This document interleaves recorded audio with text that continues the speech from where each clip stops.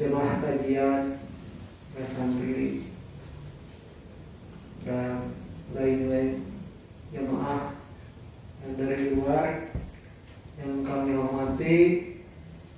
Alhamdulillah, kita semua bersyukur kepada Allah Subhanahu wa Ta'ala. Kita sudah menginjak ke hari yang keempat, ya, pada bulan Ramadan ini. Nah, ini adalah satu karunia yang Allah berikan kepada kita, yang mana di antara saudara-saudara Muslim kita ada yang tidak sampai hari ini bisa merasakan bulan Ramadan.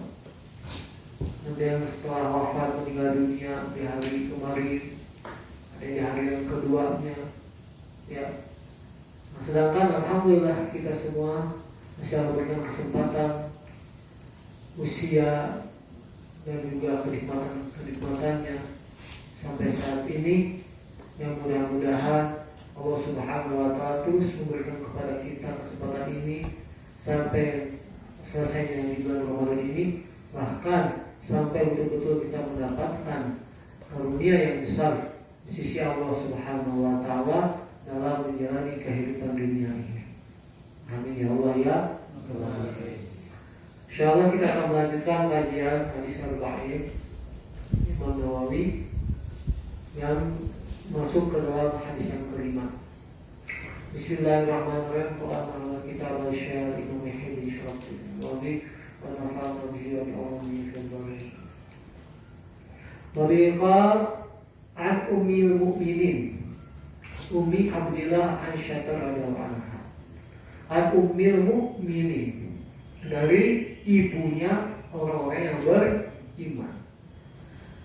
Bila pada laqab ini ummil mu'minin, ya, ibu yang beriman, ini biasanya dikhususkan kepada istri-istrinya Rasulullah SAW. Karena Rasulullah sebagai Amirul Mukminin yang paling utama, ya, maka istri-istrinya Rasulullah yang menjadi ummul mukminin. Karena banyak istrinya Rasulullah, maka bisa dikatakan ummahatul mukminin, ummahat. Ya, ini kan bentuknya untuk mufrad, seorang ibu yang orang beriman.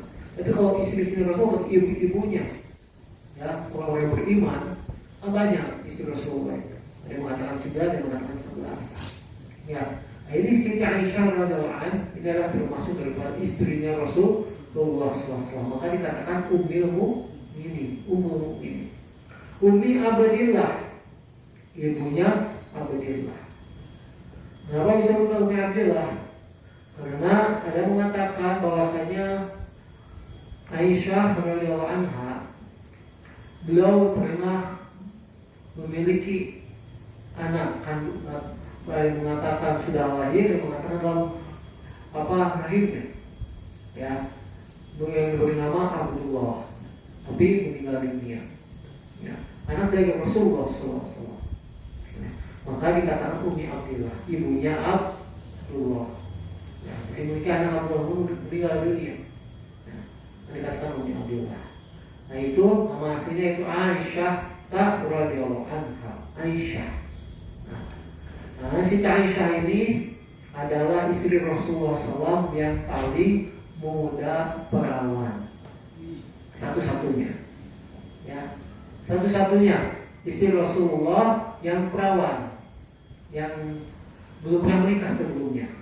Sedangkan istri Siti Aisyah, istrinya Rasulullah, itu mereka janda dalam keadaan yang sudah menikah, ya, dan usianya paling muda, ya, dikatakan nikahkan pada 6 tahun, ya, tapi paling dengan Rasulullah usia 9 tahun, ya, bisa hidup bareng sama Rasulullah itu usia 9 tahun.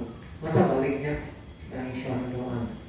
Nah, dan selain itu juga Siti Aisyah ini termasuk istri Rasulullah SAW yang, ya, yang paling muda, ya, berarti paling fresh juga pikirannya, sehingga kecerdasannya, kepintarannya, dan dari segi apa namanya, meriwayatkan hadisnya itu paling banyak, ya, paling banyak meriwayatkan hadis Aisyah radhiyallahu anha di antara istri-istrinya Rasulullah Rasulullah SAW. Apa untuk lihat hasil Rasulullah banyak. Aisyah daripada Umi Zainab atau Maimunah, Anu Kulsum, ya banyak, sedikit hadis dari istri Rasulullah selain istri Aisyah radhiyallahu anha. Aisyah itu banyak, ya, dan itu bisa istri yang cantik lagi, ya, yang cantik. Bahkan dikatakan si Aisyah itu disebut sebagai Humairah. Nah, Humairah itu apa? Kemerah-merahan. Jadi kulitnya si Aisyah mungkin ya putih tapi kemerah-merahan. Nah, ya kalau untuk melihat wanita yang putih kemerahan gimana cantiknya gitu ya. Tapi intinya kecantikan ya istri Rasulullah ini masya Allah. Ya artinya luar biasa ya. Hadiah dari Allah SWT. Beliau Aisyah ini binti siapa? Anaknya dari Abu Bakar As-Siddiq radhiyallahu anhu. Ya, anak perempuannya Sayyidina Abu Bakar As-Siddiq radhiyallahu anhu, sahabatnya Rasulullah sendiri, maka setelah menikahi maka jadi mertua. Ya, asalnya sahabat Sayyidina Abu Bakar Rasulullah jadi mertua. Radhiyallahu anha, karena ini perempuan maka anha. Qalat, beliau berkata, qala Rasulullah sallallahu alaihi wasallam. Rasulullah SAW bersabda. Siti Aisyah ini mengatakan apa yang telah Rasulullah SAW katakan. Itu man ahdatsa fi amrina. Barang siapa yang membuat perkara baru min amrina, dari urusan kami. Ya. Hadza ini ma laisa minhu, dan tidak ada darinya. Tidak ada contoh, tidak ada perlakuan dari Rasulullah SAW, fahuwa raddun, maka itu tertolak, maka itu tertolak. Riwayat Bukhari dan Muslim. Ini merupakan Bukhari Muslim. Ya. Ini kalau mengungkapkan alai ada. Imam Muslim itu dia meriwayatkan ini juga, Imam Bukhari meriwayatkan ini juga. Ya. Barang siapa yang melakukan perkara yang baru dari urusan kami, ini maka dan tidak ada dari contohnya beliau Rasulullah SAW atau dari perempuan yang waradul, maka itu tertolak. Jadi yang baru ya, tadi katakan ini bid'ah, perkara yang bid'ah, ya sesuatu yang baru itu. Terus juga kalau riwayat Imam Muslim, Imam Muslim sendiri yang meriwayatkannya dengan lafaznya itu berbeda. Kata man amila amalan, ya, barang siapa yang melakukan suatu amal laisa alaihi, bukan alaihi, ada pada tidak ada padanya, itu urusan kami, yang mana amalan tersebut bukan termasuk urusan kami atau perintah kami atau contoh kami, fahuwa raddun, maka itu tertolak. Ini dari segi maksud sama, tapi lafaz berbeda.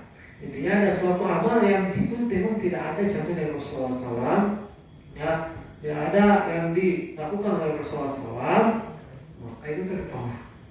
Ya, jadi bukan sunnah, ya. Maka di sini para ulama mengatakan hal yang seperti ini adalah mengatakan suatu hal yang baru, makanya.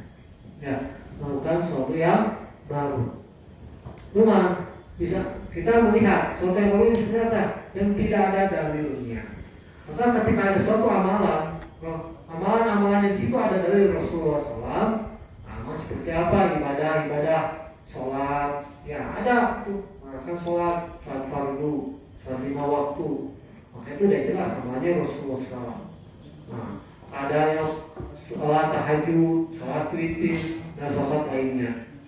Ada mandi, perintah mandi, ya, mandi wajibnya ketika minum, ada yang perintah Rasulullah SAW. Ada dalilnya. Ada mandi sunnah, sholat Jumat, ada dalilnya. Maka itu daripada sunnah Rasulullah SAW. Ya, misalkan wudhu juga sama. Bahkan ada yang Qurannya kalau berwudhu, ya, bagaimana cara berwudhu, ya, mensucikan. Rasulullah contohkan hadisnya, dalilnya ada ketika melakukan wudhu. Begitu juga kalau kita berpuasa, ya, di berpuasa di bulan Ramadan dari fardukan, ada juga yang disunahkan oleh Rasul ketika puasa seperti puasa yang mubin, Senin, Kamis, dan lain-lain. Nah ini juga ada dalilnya. Ini juga berupa amalan Rasulullah SAW. Nah, itu baik. Ya, dan semuanya apapun itu amalan-amalan yang situ dilakukan oleh Rasulullah SAW, maka itu adalah suatu hal yang baik, yang betul-betul amalan Rasul. Nah, maka ketika ada amalan yang tidak sesuai dengan Rasulullah, bahkan khilafus syar'i,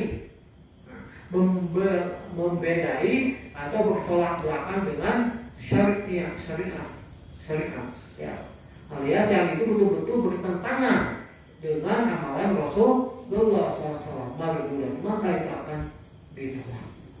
Ya. Maka di sini mengatakan contohnya, misalkan lainal ma'khudha bil aqdi al fasid yajibu raddahu ala sahibihi wala yamlik. Ya. Seperti bahwasanya jika ada sesuatu yang diambil, ya, atau dilakukan dengan akad yang rusak, ya. Kalau misalkan kita melakukan suatu jual beli, nah, kita sampai yang ambil barang, tapi akadnya rusak, maka wajib mengembalikan barang tersebut. Udah masa gitu kan, terhadap pemiliknya, karena itu sudah tidak akan bisa dimiliki. Maka begitu juga amalan. Kalau amalan yang kita lakukan ini tidak sesuai dengan contoh Rasulullah, ya, maka ini akan merusak amalan tersebut. Dan amalan yang rusak tersebut tidak akan sampai kepada Allah Subhanahu wa Ta'ala, akan bertolak, tidak akan diterima. Hadirin rahimakumullah, dalam memahami dalam hadis ini, memang ada sebagian orang, ya, yang mengatakan kullu bid'atin dhalalah wa kullu dhalalatin finnar. Setiap perkara yang baru adalah tersesat, setiap tersesat adalah hadis betul-betul ada hadisnya. Tapi apakah mengatakan setiap bid'ah sesat itu betul-betul mutlak, secara mutlak, sesuatu yang baru itu tidak ada yang baiknya, ada yang buruknya? Maka para ulama, sebagian ulama mengatakan tidak semuanya sesuatu yang bid'ah yang baru itu adalah tersesat. Ya. Dan sebagian ulama mereka pun memahami atas daripada hadis tersebut. Ya. Jadi hadis pada ini memang jelas yang mengatakan suatu perkara yang baru yang diada-adakan. Ya. Sesuatu yang situ tidak dicontohkan oleh Rasulullah SAW. Nah, itu akan tertolak. Ya. Maka betul-betul dengan syarat khilafus syar'i, yang itu bertentangan dengan syariat atau bertentangan misalkan sesuatu yang baru ini yang dia lakukan, tapi melakukannya itu betul-betul menjadikan pertentangan amalan yang Rasul contohkan. Contoh, kalau Rasul contoh melakukan sholat subuh 2 rakaat, ya, itu kan syariatnya Rasul mencontohkan sholat subuh 2 rakaat. Dia ingin melakukan sholat subuh juga. Suatu memang perkara agama ini, tapi pengennya 4 rakaat. Lebih banyak 4 rakaat aja sholat subuhnya. Kan ketika dia melakukan sholat subuh 4 rakaat, inilah bid'ah.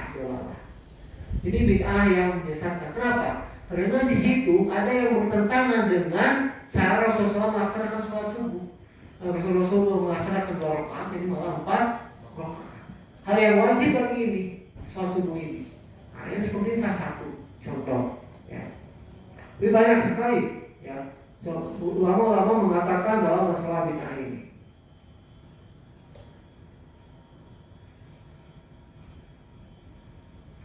Maka ini ada beberapa ulama yang mengatakan bahwasanya ada bid'ah hasanah. Ya. Para ulama yang membagi bid'ah menjadi bid'ah hasanah dan bid'ah sayyi'ah bukan tanpa alasan. Yang terhujah mereka adalah dari riwayat oleh Imam Muslim yang berikut, faqala Rasulullah SAW, man sanna fil Islam sunnatan hasanatan fa'amila biha ba'dahu kutiba lahu mislu ajri man amila biha wa la yanqusu min ujurihi syai'un wa man sanna fil Islam sunnatan sayyi'atan fa'amila biha ba'dahu kutiba lahu mislu wizri man amila biha wa la yanqusu min awzari syai'un. Artinya Rasulullah SAW bersabda, barang siapa dalam Islam membuat kebiasaan baik, membuat suatu perkara yang baik, perkara yang baik kan, ini yang baik ini nggak pasti dia dicontohkan oleh dosa langsung. Ya, sesuatu yang baik yang dia mulai buat kebaikan, maka tercatat baginya pahala, dan pahala orang mengikutinya setelahnya tanpa murid pahala yang mereka mengikutinya. Dan barang siapa dalam Islam membuat kebiasaan buruk, maka ada yang dicontohkan suatu perkara yang buruk, ya, baru dia melakukan itu Islam, ya ada nggak melarang yang lain itu buruk, ya, maka dicatat baginya dosa dan dosa orang yang mengikutinya setelahnya tanpa mengurangi dosa-dosa mereka. Hadis riwayat Muslim. Maka Imam Syafi'i dan Imam Asy'ari rahimahullah berkata terhadap sebagai berikut: wal hawadits tanqasimu ila bid'atun mustahsinah wa bid'atun mustaqbihah. Ya. Jadi perkara-perkara yang baru itu terbagi atas dua, bid'ah yang baik dan bid'ah yang buruk. Berkata Imam Syafi'i radhiyallahu anhu, bid'ah itu ada dua, bid'ah terpuji dan bid'ah tercela. Maka ada sesuatu yang baru itu yang terpuji dan yang juga tercela. Nah, kita bermazhab Syafi'i. Kita ngikutin ulama yang memahami hal seperti ini. Maka apa saja yang sesuai dengan sunnah, maka itu terpuji. Dan apa saja yang menyelisih sunnah, maka itu tercela. Dua beralasan dengan ucapan Umar radhiyallahu anhu sebaik-baiknya bid'ah adalah ini. Nah, kan pernah Sayyidina Umar radhiyallahu anhu, ini salah satu mengatakan bid'ah, ada bid'ah hasanah bid'ah sayyi'ah. Itu salah satu contohnya adalah ketika kejadian sholat tarawih. Sholat tarawih zaman Rasulullah SAW itu tidak berjamaah khususan. Ya, dan itu menurut aku tidak jelas. Adapun riwayat hadis yang mengatakan Rasulullah melakukan sholat malam 4-3 ada, baik di bulan Ramadan maupun di bulan selain bulan Ramadan. Kira-kira kalau sholat sunnah yang dilakukan di bulan Ramadan sama selain bulan Ramadan, sholat tarawih bukan? Yang dilakukan dalam bulan selain bulan Ramadan bukan sholat tarawih. Yang bisa dua-duanya, kalau nggak tahajud berarti sholat witir. Maka kalau mengatakan dalil yang mengatakan 4-4-3 itu 11 itu adalah dari sholat witir ke sholat tarawih. Nah, maka dari situ ya para ulama berbagai macam pendapat kalau mau juga sholat tarawih. Ada yang 11 rakaat, ada yang 23 rakaat, ada yang 22 rakaat dan lain-lain. Jadi banyak. Nah, maka Sayyidina Umar ketika beliau menjadi khalifah di waktu itu beliau melakukan sholat tarawih dengan berjamaah. Diharuskan supaya berjamaah.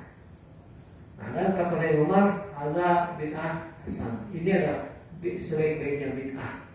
Mengatakan begitu. Itu sendiri mengatakan ini perkara yang baru yang baik, sebaik-baik perkara yang baru. Kenapa?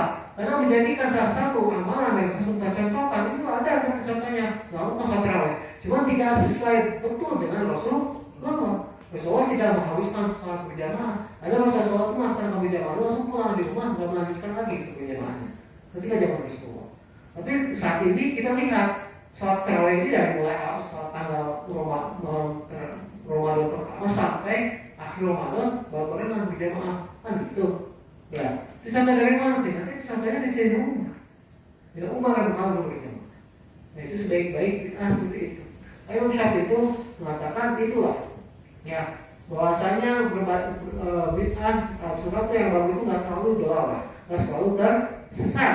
Bisa juga menjadi baik selama perkara yang baru itu tidak bertentangan dengan syariat agama Allah, yang bertentangan dengan sunnah Rasulullah SAW, dan juga di situ ada kebaikan yang terkandung dalam amalan tersebut.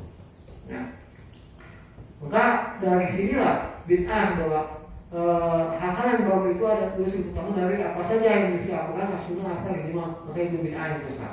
Intinya ketika ada sesuatu yang baru itu dia menentang dari mulai Al-Quran, terus bertentangan dengan hadis, bertentangan dengan ijma. Nah, jadi setelah Al-Quran itu ada hadis, setelah hadis ada ijma. Nah, ijma ulama ini memang tidak sesuai banget dengan Quran dan hadis. Cuma karena ada suatu masalah yang baru, ya seperti antum sekarang masalah online yang dijual beli online. Kita yang Rasulullah ada tidak? Kira-kira kalau menghukumi kita jual beli lewat online, bid'ah enggak? Bid'ah. Tapi apa kali ini ada hukum tidak? Yang mau tidak mau harus dihukumi. Gitu. Maka bagaimana cara hukuminya? Jadi dengan ijma. para ulama yang faqih, ulama yang pintar, ulama yang memahami atas daripada masalah ini, mengambil dari dalil-dalil yang ada kaitannya dengan masalah jawabnya seperti ini, walaupun tidak sesuai sekali. Nah itulah akan jika diijma, dimusyawarahkan dengan para ulama di bagaimana akhirnya ijtihad. Dengan adanya ijtihad, beliau mengambil buku. Oh, udah karena ini ada hubungannya ini, begitulah misalnya. Nah seperti itu adalah ijma ulama. Ya, terakhir ke kias. Kias adalah untuk memperjelas suatu hal yang di situ ada kaitannya dengan hukum sebelumnya. Ya, untuk menyerupai. Ya, maka kalau 4 hal tersebut bertentangan, amalan tersebut bertentangan dengan 4 ini, udah itu betul-betul adalah. Ini pemahaman dalam masalah bid'ah hasanah, suatu yang baik tidak mutlak. Ya, jadi kalau kita mendengar ada suatu golongan yang mengatakan semua bid'ah itu doang, nggak ada yang baik, maupun ini udah ditolak semua. Masya Allah. Ya, seperti kita mau tahlilan, mau dinamil dan lain, ini nggak ada zaman Rasulullah. Rasulullah mencontohkannya. Jadi orang yang punya pikir seperti ini mau ditolak betul ini, nggak mau melakukan, mau. Ya, sedangkan ketika kita melihat mengamalkan orang yang mengamalkan saat ini yang seperti ini, masya Allah banyak sekali manfaatnya, banyak sekali kebaikannya. Ya, di dalam bagaimana di dalam tahlil dan maulid Nabi di situ dibacakan ayat Quran, dibacakan zikiran sholawat, mendapatkan nasihat-nasihat ulama. Apakah itu bukan kebaikan? Apakah itu bukan contoh dari Rasulullah? Isinya tetap ada contoh dari Rasulullah, walaupun tidak dalam suatu patokan atau waktu yang tertentu. Ya, inilah dalam memahami dalam masalah bid'ah. Ya, lanjut ya. Allah besar. Termasuk pada hadis sadis. Hadis yang ke-6. An Abi Abdillah An-Nu'man bin Bashir. Dari Abu Abdullah bin Nu'man bin Bashir radhiyallahu anhuma. An Abi Abdillah. Tadi juga Abi Abdillah. Ya, tadi Ummi Abdillah, sekarang Abi Abdillah. Nah, kenapa Abi Abdillah? Abi Abdillah apa? Nama apa? Kunyah. Ya, nama kunyah. Bapaknya Abdullah. Jadi sahabat ini memiliki anak namanya Abdullah. Siapa? An-Nu'man bin Bashir. Yaitu An-Nu'man bin Bashir. An-Nu'man bin Bashir adalah sahabat Rasulullah SAW. Ini beliau termasuk juga sahabat yang lama, sahabat yang ketika zaman Khalifah Umar, beliau pernah jadi gubernur ya di Kufah. Menjadi gubernur di Kufah. Maka An-Nu'man bin Bashir termasuk dalil yang biasanya dipakai oleh Imam Hanafi, Imam Hanafi. Nu'man bin Bashir. Ya. Nah, ini kedua dia anhuma. Berarti An-Nu'man sama Bashir bapaknya ini adalah kedua-duanya sama orang Islam, sahabatnya Rasulullah SAW. Maka dia anhuma. Nah, bapaknya ini Bashir ini adalah termasuk sahabat yang pernah ikut perang Badar ya bersama Rasulullah SAW. Nu'man kita melihat dari kitab Taqribun Nadhir.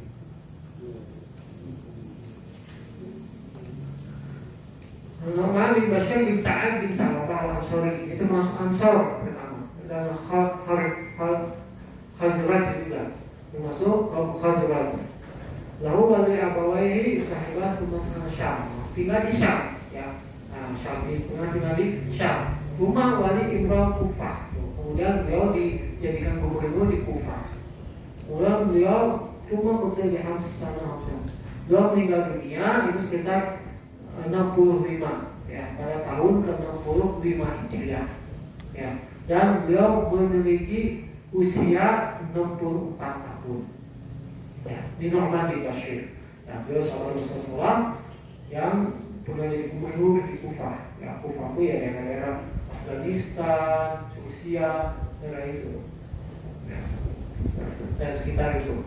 Sami'tu Rasulullah qala, beliau berkata, Sami'tu Rasulullah SAW, aku mendengar Rasulullah SAW yaqul, bersabda. Jadi langsung mendengar. Dari Nu'man bin Bashir ini langsung berhadapan dengan Rasulullah, mendengar langsung apa yang Rasulullah katakan. Innal halala bayyinun. Sesungguhnya perkara yang halal itu bayyinun, jelas. Ya. Sesuatu yang halal itu dia jelas. Wa innal harama bayyinun. Dan sesungguhnya perkara yang haram itu juga jelas. Wa bainahuma, dan di antara halal dan haram umurun mustabihat. Itulah perkara-perkara yang syubhat. Ya, sesuatu yang samar. Suatu samar. Jadi antara dua itu. Kira-kira ini itu masuk ke halal atau ke haram gitu. Ya, jadi belum itu baru ya belum jelas, itu samar. Ya. Sekarang kamu lihat yang salahnya. Sekarang ulama fi hadal haram wal haram faqala Abu Hanifah. Jadi ada beberapa pendapat para ulama di dalam batasan dikatakan haram dan halal dan haram itu. Bagaimana bisa mengetahui si perkara ini jadi halal, perkara ini jadi haram?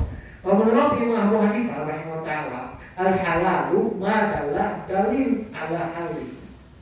Kalau bisa menjadikan suatu perkara itu halal itu ketika ada suatu dalil yang menunjukkan terhadap kehalalannya. Kalau menurut Imam Abu Hanifah gitu.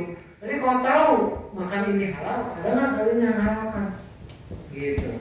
Jadi ketika nggak ada yang menghalalkan, berarti halal semuanya. Dibutuh dalil yang bisa jadi halal itu apa dalilnya? Jadi ketika nggak ada dalil dan petunjuk yang memberitahukan itu adalah halal, bukan dari Rasulullah, itu berarti haram semuanya. Sedangkan waqala Syafi'i radhiyallahu anhu, kalau menurut Imam Syafi'i rahmatullahi taala, Allah taala anhu, itu haramu madalalu ala takrimihi.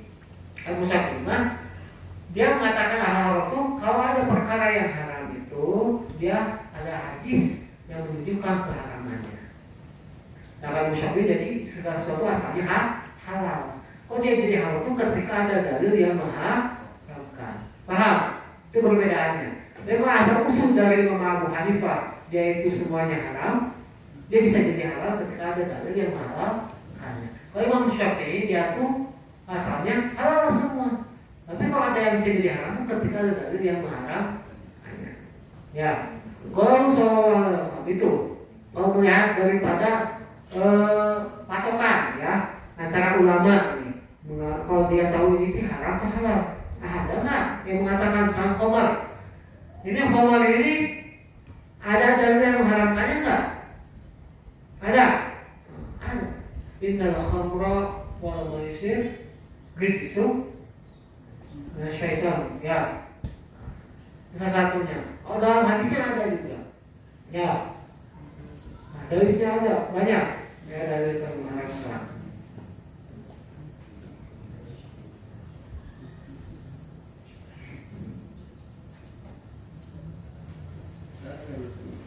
Ya, contoh yang halal dulu aja. Ya, kita mengambil contoh yang ada halal. Contohnya kalau yang dalil yang mengatakan halal ini musyaf Imam Abu Hanifah ini mengatakan harus ada dalil yang halalnya. Ya, kan itu. Contoh mengatakan bahwasanya yang halal dalam halal ini bukan berarti bukan makan di rumah aja, tapi perkara sesuatu kemampuan, ya, bentuk perlakuan itu halal dibolehkan atau haram dilarang. Gitu, ya. Tadi salah satunya Al-Quran mengatakan dalil yang menghalalkan uhilla lakum lailatas siyam ar-rafdu ila nisaikum hunna libasun lakum wa antum libasun lakum. Nah, ini mah khusus ya. Ketika di bulan Ramadan ini dihalalkan bagi kamu pada malam hari bulan puasa, itu bulan Ramadan, ya bulan puasa, ya bulan puasa, yang lain bulan Ramadan maksudnya bercampur dengan istri-istri kamu. Nah, ini bagi suami istri. Asal usul daripada berjima dalam ketika puasa adalah dilarang, haram ketika puasa. Ternyata malamnya itu dihalalkan, boleh, gitu kan? Tapi kan asal usulnya asalnya haram, tapi kan ada dalil yang menunjukkan bahwasanya kalau malam puasanya, ketika malam itu Ramadannya itu halal, boleh dia bercampur dengan istrinya, itu berjima. Nah, ini nggak masalah, gitu kan? Ketika bulan Ramadan tapi dia berjima kalau malam itu satu kalau dalam segi perlakuan. Contoh lagi, kulu min thayyibati ma razaqnakum. Nah, ayat surah Baqarah 57. Makanlah dari makanan-makanan yang baik-baik yang telah kami berikan kepadamu. Nah, ini salah satu perintah bahwasanya supaya kita diberikan makan itu kepada makanan-makanan yang baik-baik, dan makanan yang bikin jorok, jijik dan lain-lain. Ya, baik. Ada juga lain. Wahilla lakum saydul bahri wa ta'amuhu mata'an lakum. Dihalalkan bagi kamu binatang buruan laut dan makanan yang berasal dari laut sebagai makanan yang lezat bagimu. Nah, ini dalil menunjukkan bahwasanya kehalalan ikan-ikan yang ada di lautan itu betul-betul diperbolehkan. Halal. Ya. Jadi makanan ikan itu halal di laut itu. Mau antum disembelih mau enggak juga mati udah boleh dimakan. Ya, nah ini bagus kalau dimakan ikan laut itu. Ya, termasuk. Nah ini menunjukkan bahwasanya ada dalil yang menghalalkan terhadap suatu perkara ini. Nah, dan lain-lain. Dua hal bayar gitu kan. Bahwa riba. Ada juga tanda saya mengharamkan. Nah, mengharamkan. Tadi yang menghalalkan sudah. Dengan mengharamkan. Tadi bahwa jual beli itu halal, tapi salah satu yang kebalikan yang diberikan haram ketika jual beli itu adalah riba. Ya, riba ada yang mengharamkan. Ada yang mengatakan riba jadi haram, ada itu. Ya, Allah menghalalkan jual beli dan mengharamkan riba. Lalu ketika di dalam jual beli di dalamnya ada unsur riba, maka di situ menjadi haram. Karena halal dan haram itu yang digunakan akan jadi haram. Ya. Jadi ini sangat-sangat ngeri ya. Ketika suatu perkara antara halal dan haram ini bercampur, walaupun yang halal ini sama-sama ember, yang halalnya hanya satu gelas misalkan, dimasukkan dicampur, maka yang halal tersebut akan mengikuti pada perkara. Ya, contoh air susu halal, saya gelas, ditetesin sama antum air homer, ya, whisky, ya, tetes tak. Oh, nah, ikut jadi halal guys. Nah, kenapa? Karena itu. Tadi sesuatu yang kotor yang haram itu akan mendominasi kepada sesuatu yang bersih, sesuatu yang halal. Hati-hati. Ya. Nah, itu yang haram nih. Contoh hari haram. Ya ayyuhalladzina amanu innamal khamru wal maisir wal ansab wal azlam rijsun min amal syaitan. Nah, itu kan fastanibuhu la'allakum tuflihun. Dia mengatakan yang haram itu apa? Salah satunya kata fastanibuhu. Hai orang beriman, sesungguhnya meminum khamr dan berjudi, berkorban untuk hal berhala atau mengundi nasib dengan tanah adalah kotor, keji, termasuk perbuatan setan. Maka jauhilah perbuatan itu agar kamu dapat turun. Maka perintah untuk menjauhi itu adalah sesuatu yang haram, yang dilarang. Tidak boleh. Terus wala taqrabu zina, innahu kana fahisyatan besar sekali. Dan janganlah kamu mendekati zina. Nah, maka salah satu patokan kalimat yang menjadikan haram itu ketika ada kalimat fi'il nahi, ada kata larangan, janganlah. Itu salah satu daripada mengandung unsur kata yang haram. Itu ada mengatakan bukan haram, bukan makruh. Nah yang ini para ulama mengatakan la taqrabu zina, janganlah kalian mendekati zina. Berarti mendekati zina ini sudah haram. Mendekati, ya, suatu unsur yang menjadikan tidak zina itu akan menjadi haram. Salah satunya apa? Bohongan. Ya, bohongan adalah unsur salah satu akan menjadikan zina. Kebanyakan walaupun ada yang dia pacaran dengan sampai zina, ada memang. Cuma kebanyakan orang ketika dia sudah berani pegangan tangan, menikah di jalan-jalan bareng, ya, pandang-pandangan, apalagi diajak ke hotel, ya, itu akan terjadi. Nah, itu kan haram. Itu baru begitu, apalagi zinanya. Mendekati zina aja udah dilarang, dijangankan, jangan boleh, apalagi berzina. Ini jelas ada dari yang mengharamkannya. Makanya dari Imam Syafi'i, Imam Syafi'i mengatakan dia ada dari yang mengharamkan. Nah, jangan sampai pacaran nggak boleh. Ya, apalagi dan lain-lain ya, mau seperti ininya, seperti makanan. Innama harrama alaikumul maitata wad dama wa lahmal khinzir Wa ma uhilla bihi ghairillah. Wala amal hijir. Sesungguhnya Allah hanya mengharapkan bagimu bangkai darah, daging babi dan binatang yang tidak disebut nama Allah. Ya. Nah, yang dan binatang yang ketika disebut nama selain Allah. Ya. Nah ini, salah satu menjadikan makanan itu haram di dalamnya ada. Nah, itu adalah darah. Oh, dimakan itu haram, diminum. Daging babi itu adalah haram. Dia boleh. Ya. Nah, dan suatu perkara yang tidak ada nama Allah. Ya. Pak, Masya Allah. Haram ini. Kita makan makanan seperti itu. Kalau membeli ayam, ada Allah Akbar itu ya haram ini. Ya. Nah, ini dalilnya bahwasanya suatu perkara yang menjadikan haram itu ketika ada dalil yang haram. Ya, itu. Wa bainahuma umurun mutasyabihat. Ya, jadi udah jelas yang haram, yang halal udah harus jelas. Ada dalilnya yang mengatakan halal. Yang haram udah jelas. Ada dalil yang menunjukkan yaitu haram. Sedangkan di antara keduanya adalah syubhat, samar. Ya, maka ketika samar seperti itu, bagaimana yang dia lakukan? La ya'lamuhunna katsirun minan nas faman taqasyubahat. Ya, banyak orang tidak mengetahui ya dari masalah syubhat. Banyak orang-orang tidak mereka ketahui tentang masalah syubhat itu. Ya, yang syubhat kan bingung memang. Ya, sabar nih, gimana nih? Kamu pada tahu? Gimana solusinya? Famanit taqasyubahat. Maka jauhilah perkara-perkara syubhat, takutlah terhadap perkara-perkara syubhat. Maka di sini melihat dari hadis ini yang sebaiknya Allah mengatakan menjadi haram. Ya, menjauhi di sini menjadikan suatu larangan yang betul, tapi alangkah baiknya. Jadi sebaiknya dia itu menjauhi perkara yang syubhat.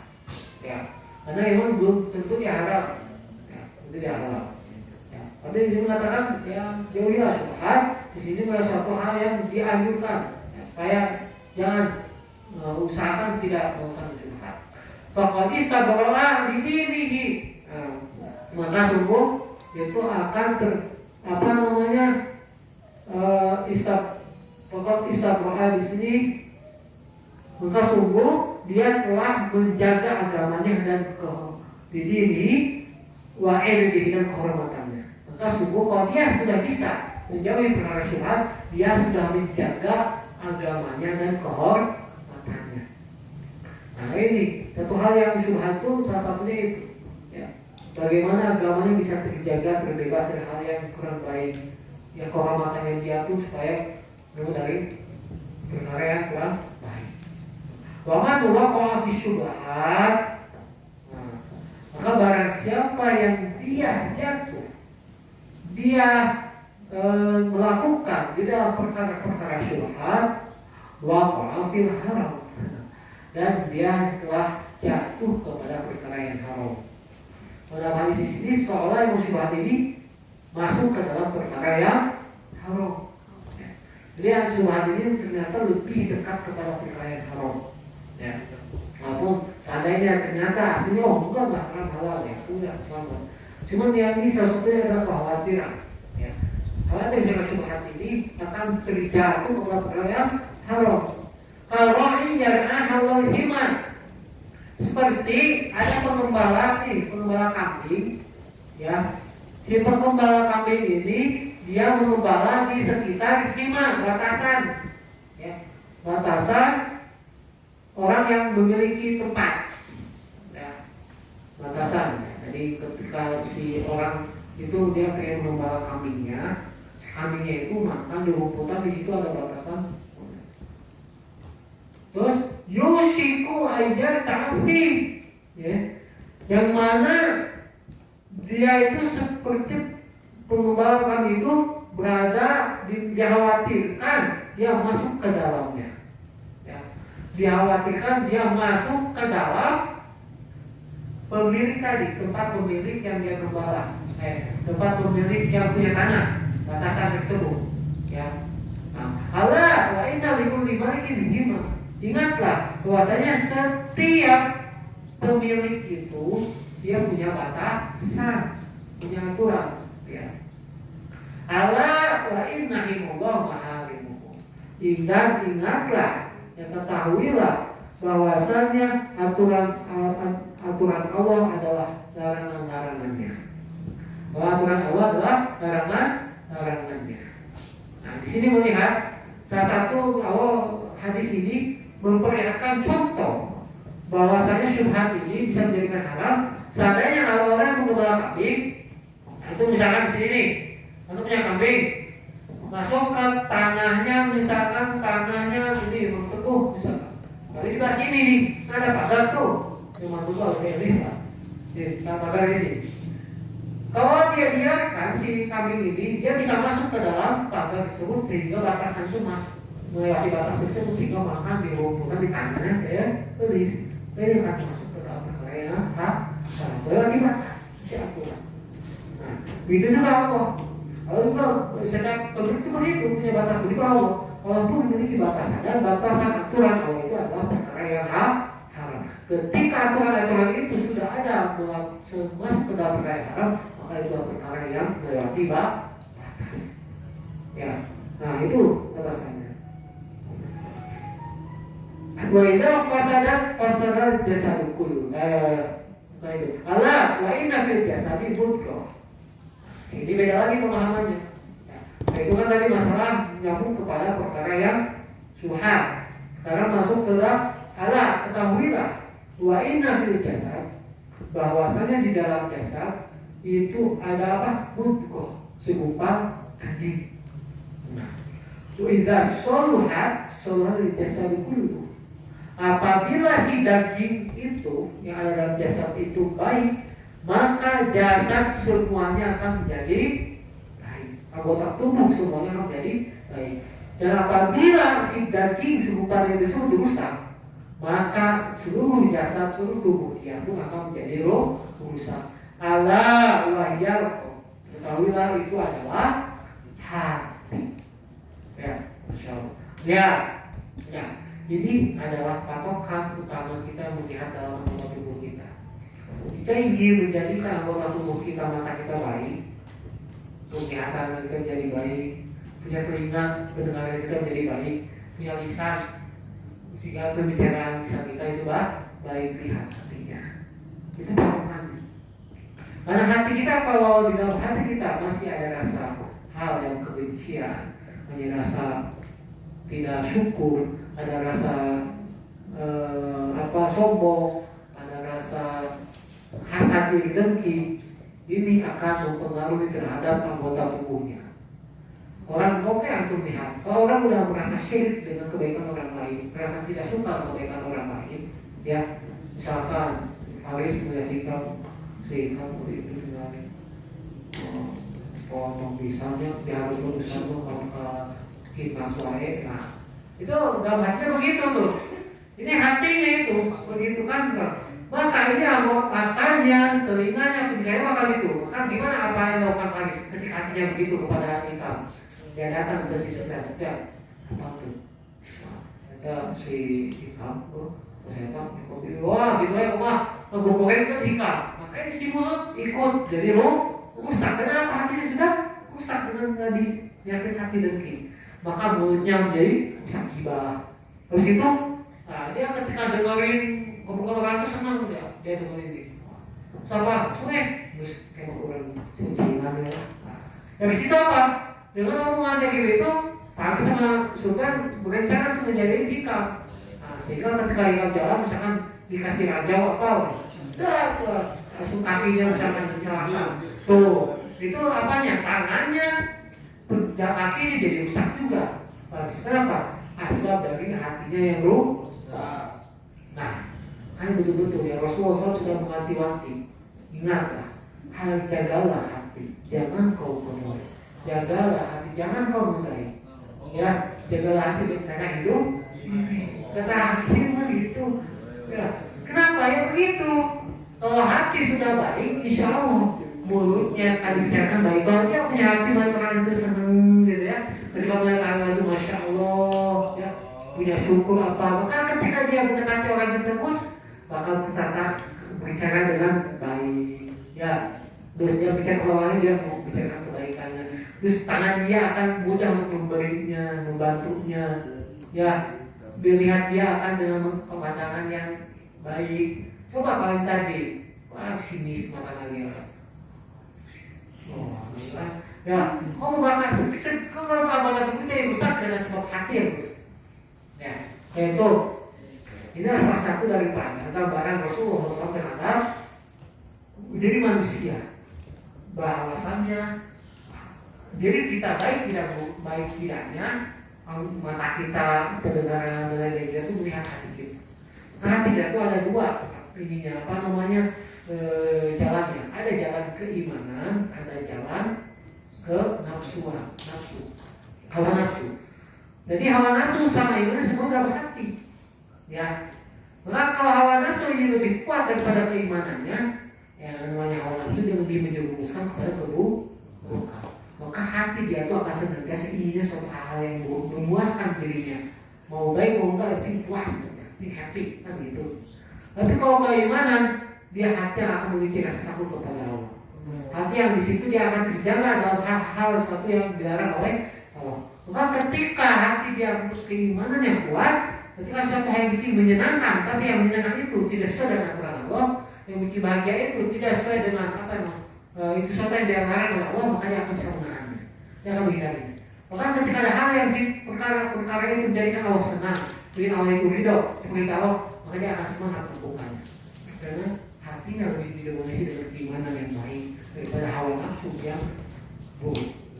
Ya, maka ini Allah. Dalam hadis ini kita bisa mengambil hikmah. Ya, hikmah yang pertama adalah masalah kita menjaga daripada melakukan atau memakan sesuatu yang memiliki hukum halal atau haramnya. Perlu kita untuk meneliti lebihnya berhati-hati. Ya. Bagaimana Rasulullah SAW mengatakan kalau yang halal sudah jelas ada namanya halal, yang haram sudah jelas ada namanya haram. Maka kalau sudah jelas yang halal maka itu lakukan sebanyak-banyaknya. Ya, berarti yang sudah diperintahkan oleh Allah, sesuatu yang sudah dibolehkan oleh Allah, maka di situ Allah silahkan lakukan dengan baik sebanyak-banyaknya. Tapi ketika ada sesuatu yang haram, sesuatu yang dilarang oleh Allah, sesuatu yang tidak diperbolehkan, maka betul-betul kita hindari hal tersebut. Betul kita jauhi hal tersebut. Jangan sampai tidak masuk ke dalam melewati batasan Allah dan adapun yang syubhat, perkara yang sama, alangkah baiknya itu pun kita jauhi. Ya. Cuma kalau saat ini, masya Allah, sebenarnya hampir segala perkara itu banyak yang syubhat saat ini. Banyak syubhat, makanan apalagi. Makanan zaman dulu, makan sekarang beda. Ya, makanan zaman dulu mah alami kebanyakan. Kalau makan sekarang instan, benar nggak? Serba instan sekarang itu. Sedangkan yang instan ini kan nggak tahu cara pengolahannya gimana. Tetapi jadi ada tinggal pasar kan. Jalan, nah seperti itu sebenarnya syubhat. Ya, kalau yang kita tuh tidak tahu asal usulnya gimana sih sebenarnya gitu. Intinya komposisinya begini. Cuma mungkin karena kalau masalah makanan kita punya MUI, gitu ya. MUI yang dia menentukan kehalalan daripada suatu makanan tersebut. Maka ketika mencap halal, itu MUI yang tanggung jawab.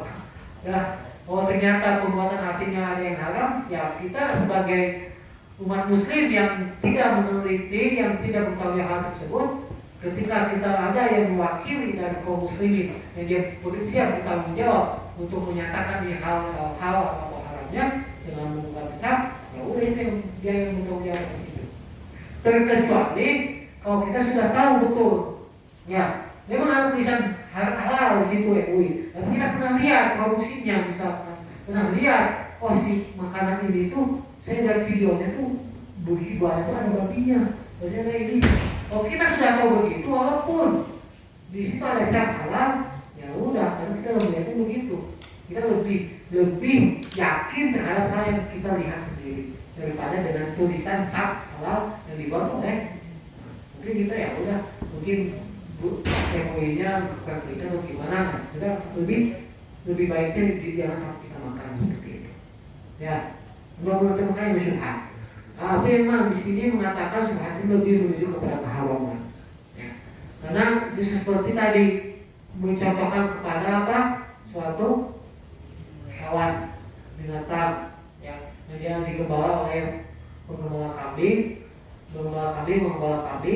dia berjalan kepada tempat di situ ada batasan, sehingga bisa sampai kepada melewati batas yang ada di dalam pemilik tersebut. Sehingga pemilik yang ada di situ tuh, nah, itu bukan hak dia sebenarnya. Cuma karena masuk ke dalam itu kan jadi haram. Itu yang dikhawatirkan ketika adanya syubhat.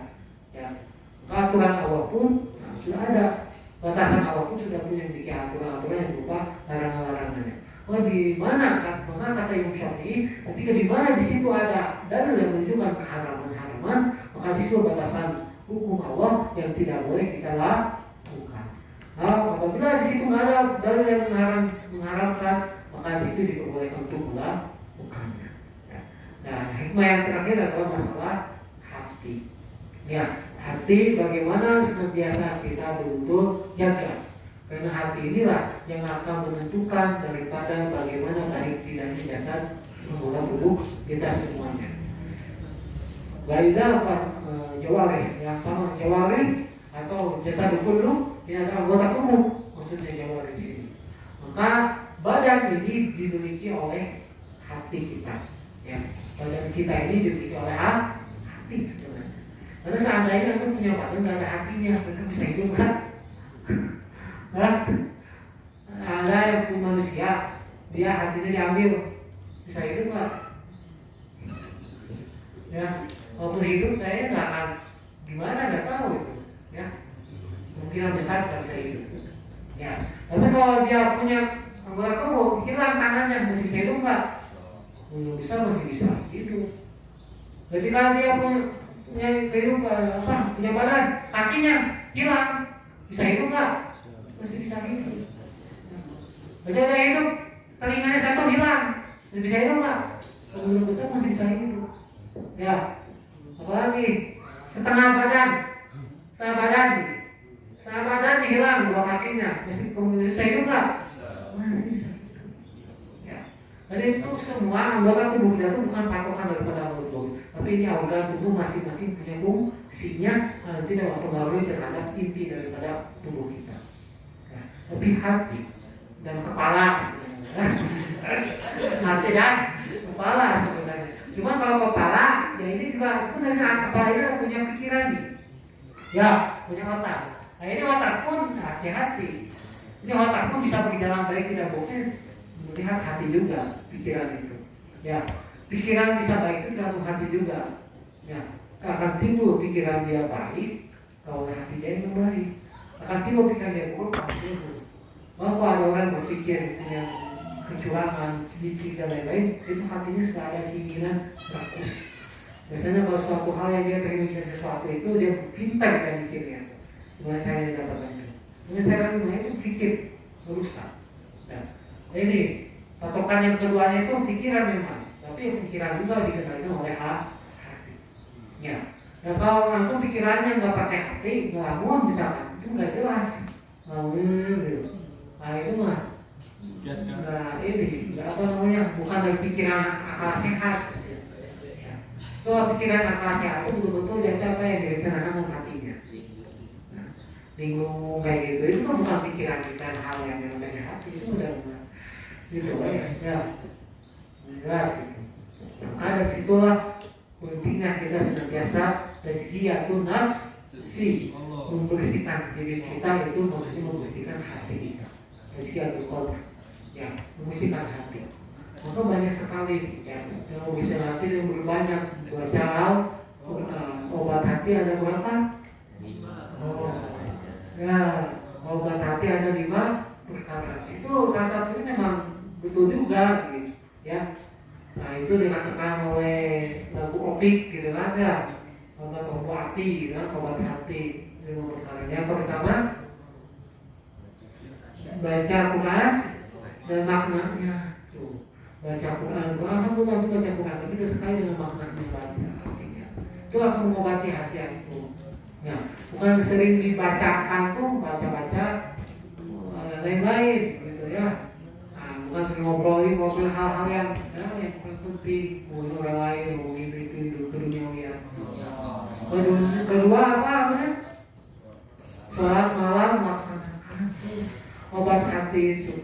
sholat tahajud, ya, sholat witir, kalau Ramadan sholat tarawihnya, laksanakan dengan baik, laksanakan betul-betul ingin mendapatkan obat. Terus yang ketiga, apa? Berkumpul dengan orang soleh, ya, senantiasa berkecimpung, berkumpul dengan orang soleh, ya. Kita hidup dengan orang-orang yang betul di situ mengingatkan kita kepada Allah. Dan kita bermain, bergaul dengan orang yang inginnya tuh keduniawian aja, inginnya ngajak main. Nah, udah, ya, coba kita berkumpul sama orang yang bisa kita ingat pada Allah, semangat dalam ibadah. Ya, apalagi apa? Untuk waktu sangat tahu lagi. Apalagi pengilat konsono selamat malam. Terus, kemarin gimana ini bukannya ngomong pada Allah kopi kan? Puasa.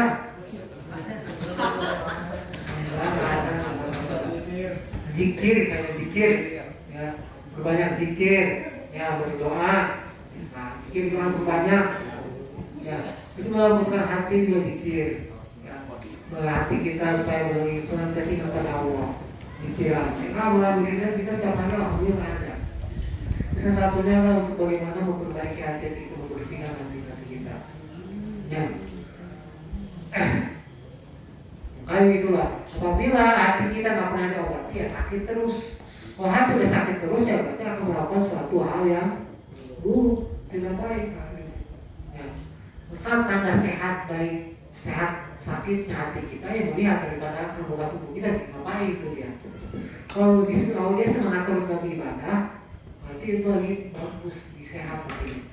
Tapi kalau malas dalam ibadah, malas dalam beramal baik, beramal soleh, itu ada cacat, ada penyakit dalam dirinya yang perlu dibersihkan. Nah, itulah ya, satu daripada atau makna dalam hadis yang ke-6. Yang pertama, hadis yang kelima tentang masalah perkara yang suatu yang baru yang bertentangan dengan Rasulullah SAW, maka itu terjebak, yang betul tersesat. Yang kedua, apabila dia melakukan sesuatu, mendapatkan sesuatu yang halal, lakukan dengan baik. Ketika dia melakukan yang haram, tinggalkan dengan baik. Dan yang syubhat, hal baiknya kita tinggalkan. Ya, untuk aman, supaya ya aman lah gitu, dengan syubhat. Dan terakhir, kita memperbaiki hati kita, menjaga daripada hati kita supaya betul-betul hati kita ada di dalam hati yang qalb salim, hati yang selamat. Hati yang betul-betul di situ mendapatkan suatu kebaikan, suatu kesehatan, suatu yang menjadikan sebab ridhonya Allah Subhanahu wa Ta'ala. Ya, mudah-mudahan Allah Subhanahu wa Ta'ala memberikan kepada kita taufik hidayah bisa mengamalkan daripada hadis-hadis Rasulullah SAW. Sekian yang bisa saya sampaikan. Mohon maaf bila ada kekurangan, kesalahan dan kekurangan saya sendiri. Dan kebaikan dari Allah Subhanahu wa Ta'ala. Kita baca dengan surah Al-Asr. Bismillahirrahmanirrahim. Al-Asr innal insana lafi khusr illa alladziina aamanu wa Subhanallahumma wa bihamdika asyhadu an la ilaha illa anta astaghfiruka wa atubu ilaik. Assalamualaikum warahmatullahi wabarakatuh.